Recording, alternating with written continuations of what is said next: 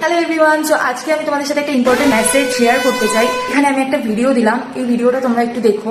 আমার যেদিন period start হয়েছিল সেদিনকে আমি মাঠে গেছিলাম অ্যান্ড মাঠে গিয়ে দৌড়েছি। মাঠে গিয়ে যখন আমি দৌড়েছিলাম আমার পিরিয়ডসের ক্র্যাম্প স্টার্ট হয়েছিল।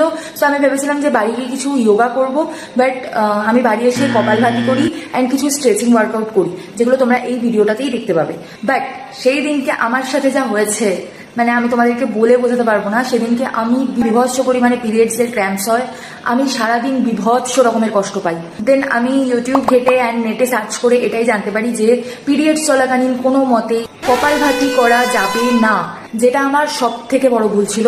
আমি যেহেতু এই ব্যাপারগুলো অতটা বেশি জানি না, আমি রিসেন্টলি ওয়ার্কআউট স্টার্ট করেছি, সো আমি সেই জন্য তোমাদের সাথে এই ভিডিওটা শেয়ার করেছিলাম অ্যান্ড সেই জন্য আমি সাথে সাথে এই ভিডিওটাও বানালাম, যাতে আমি তোমাদেরকেও অ্যালার্ট করতে পারি যে ভুল করেও পিরিয়ডস এর টাইমে কপালভাতি করবে না। So that's all here, thank you guys, tata.